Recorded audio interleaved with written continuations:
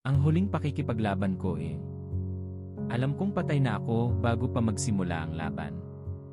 Ang hangin sa paligid ko ay malamig, masyadong malamig para sa isang mundong buhay pa. Sa harapan ko, sa gitna ng guho ng nawasak na lungsod ng aming mga ninuno, nakatayo ang isang bangkay na dapat ay hindi na gumagalaw. Isang dating dakilang salamangkero ng aming lahi, ngayoy isang bangkay na puno ng sumpa. Ang mga mata niya ay kumikinang ng malabughaw na apoy, at ang balat niya ay natutunaw sa dilim na parang usok.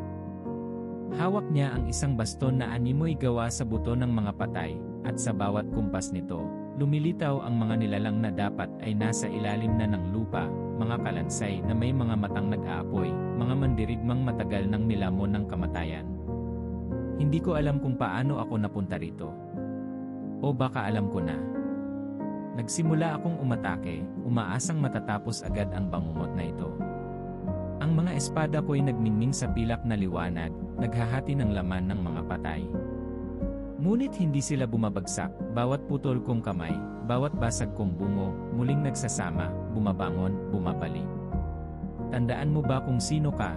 Tanong ng mangkukulam na bangkay, ang tinig niya'y parang boses ng isang kaibigang matagal nang nawala. Hindi ko maintindihan.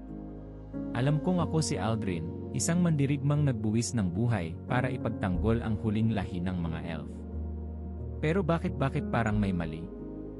Sa bawat pag-atake ko, lumalabo ang alaala ko. Nawawala ang pangalan ng aking pamilya. Ang dahilan kung bakit ako narito. At ang aking mukha, ano nga ba ang hitsura ko? Tandaan mo, Aldrin, bulong niya habang inabot niya ang kanyang kamay patungo sa akin. Nang mahawakan niya ako, pumasok ang libo-libong alaala sa isipan ko. Isang hukbo ng mga patay. Isang sumpang hindi natanggal. Ang aking sariling sigaw. At doon ko naalala. Hindi ako bayani. Ako ang naunang namatay. At ang matandang mangkukulam. Hindi siya ang tunay na nilalang na dapat labanan, ako ang tunay na halimaw. Muli kong tiningnan ang aking kamay, hindi na ito laman, kundi bungo at buto. Ang mga mandirigmang tinaga ko kanina. Hindi sila mga kaaway. Kasama ko sila. Bahagi nila ako. Ako ang kanilang pinuno.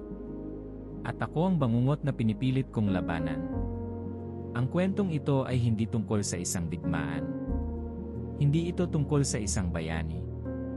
Ito ay isang paalala na minsan, ang iniisip mong kalaban ay ikaw rin mismo.